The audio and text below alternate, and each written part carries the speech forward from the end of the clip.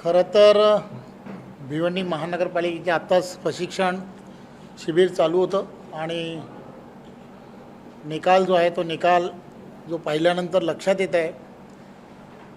3-4 दिवस या सगळ्या विषयामध्ये बऱ्याच चर्चा सुरू होत्या आणि या चर्चेमधून कोणत्या दिशेला भिवंडी महानगरपालिकेच्या बाबतीमध्ये निर्णय प्रक्रियेमध्ये काय करता येत आहेत या संदर्भात तिथले असणारे सर्व पदाधिकारी यांच्याशी सगळ्यांची चर्चा करून त्या संदर्भामध्ये भारतीय जनता पार्टीच्या माध्यमातून कोणी महापौर पदाच्या बाबतीमध्ये अर्ज भरावा या संदर्भात सुरुवातीच्या काळामध्ये नारायण चौधरी यांना अर्ज भरावा असं पार्टीच्या माध्यमातून एक 8 ते 10 दिवसा अगोदर त्यांना कळवण्यात आलं होतं, कारण त्यांनीच त्यांच्या कोर टीममध्ये त्या संदर्भामध्ये नारायण चौधरींना महापौरपदी उमेदवारी द्यावी असं बहुमताने आम्हाला कळवलं होतं आणि त्यामुळे त्या संदर्भातला तसा निर्णय हा त्यावेळच्या काळात घेतला होता. परंतु नंतरच्या काळामध्ये अनेक घडामोडी त्या ठिकाणी ज्या झाल्या होत होत्या आणि त्यामुळे भारतीय जनता पार्टीच्या आम्ही इथल्या असणाऱ्या प्रदेशाच्या स्तरावरती हा विषय जेव्हा लक्षात आला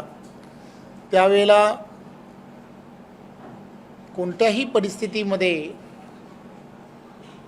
त्या ठिकाणी स्नेहा मेहुल पाटील यांना यानंतरच्या काळामध्ये भारतीय जनता पार्टीच्या माध्यमातून उमेदवार म्हणून डिक्लेअर करावं असं भारतीय जनता पार्टीच्या माध्यमातून कळलं.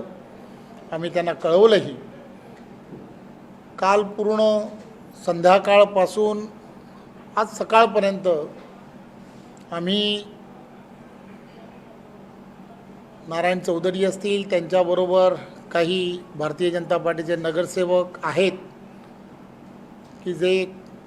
कदाचित बंडखोरी करतील असं ज्यावेळेला लक्षात आलं त्यांना फार समजवण्याचा प्रयत्न केला की आपण असं करू नये, पार्टीच्या विरोधात केलं तर पार्टी तुमच्यावरती कारवाई करेल आणि असं आम्ही सांगत होतो. त्यांना समजवण्याचा अनेक जणही प्रयत्न करत होते, आम्हीही करत होतो. परंतु आता सकाळपर्यंत ते असं म्हणाले होते की हो आम्ही तसं करणार नाही, परंतु त्यांनी बंडखोरी केलेली आहे हे आता निकालाच्या अंती लक्षात येत आहे. त्यामुळे ज्यांनी पक्षाचा व्हीपच्या विरुद्ध काम केलं आहे किंवा मतदान केलं आहे, पक्ष त्यांच्या विरुद्ध कारवाई करणार आहे असं आम्ही सर्वांनी मिळून ठरवलं आहे. CEN न्यूज देश प्रदेश की ताज़ा तरीन खबरों के लिए CEN न्यूज को सब्सक्राइब करें और रहें पल पल की खबर से हर पल बाखबर.